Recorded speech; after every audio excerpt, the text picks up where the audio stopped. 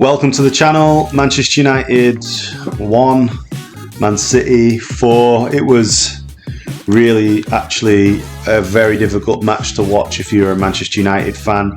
The level in class is unbelievable, to be honest, and the first half was okay, but it was men against boys.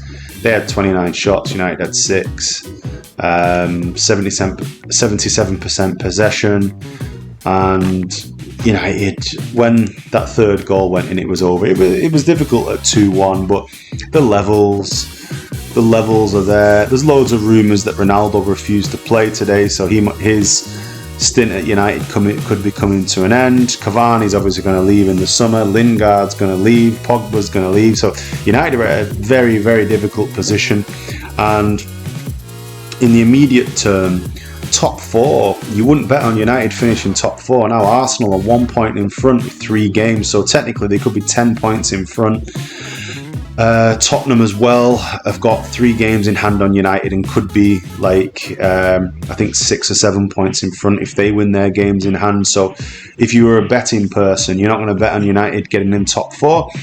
And that will obviously impact on the summer transfer budget and the budgets in terms of wages. And as I say, there's probably 8 or 10 players who are going to leave, mostly on freeze.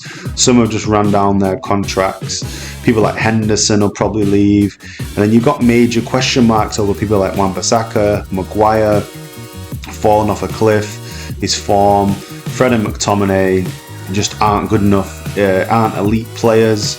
And you could see today, Ronaldo wasn't there, Cavani wasn't there, Greenwood obviously is not there, and Rashford was on the bench. That's also another example of a player post the Euros that form has just fallen off a cliff. No confidence, no verve, no nothing, absolutely nothing. And I'm actually not surprised, really. It's not Rangnick's fault. It's just the way that the club's ran. The club need to make the right appointment of manager, but they also need to get real about how they recruit players and the type of budget you need to compete with Man City and Liverpool. And it's just all over the place, really, just absolutely all over the place. I can't even think of anything positive, actually. I think that really need to sell about 15 players and buy about 8 or 9 players, and that's not something that any club's going to do in one transfer window or is going to be able to do on the cheap.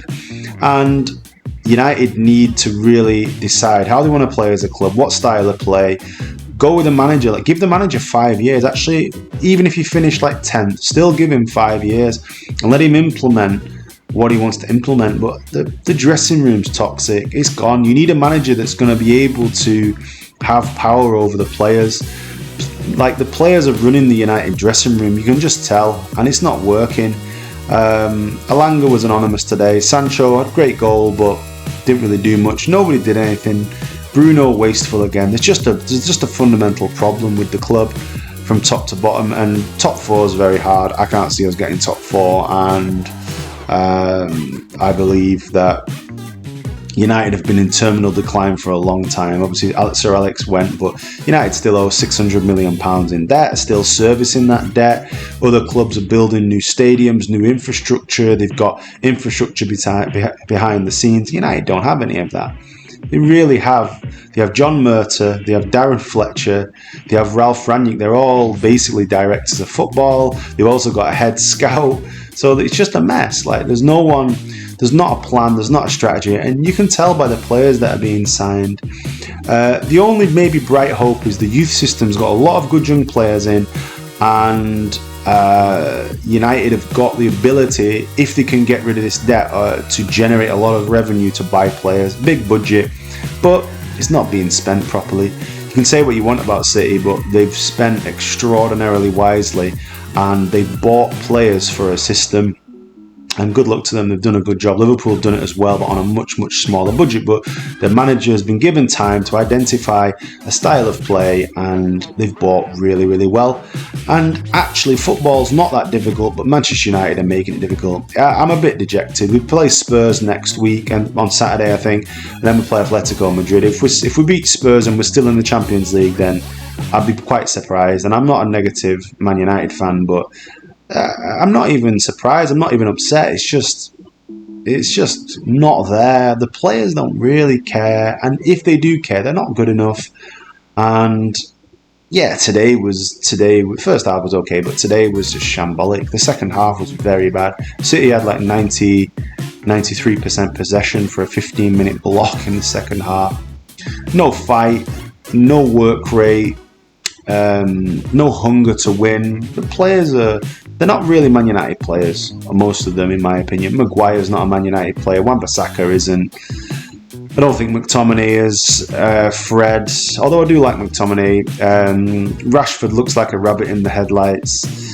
I don't know. Pogba doesn't want to be there. So it's a shambles. It's a mess.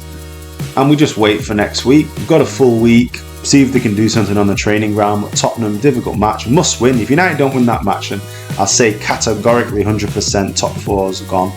It's a must-win game for Manchester United. Not an easy game against an Antonio Conte side that can play great matches. Maybe they're not consistent either, but they can give you great moments. But anyway, what do you think? Disappointing, but not surprising. Thanks for watching.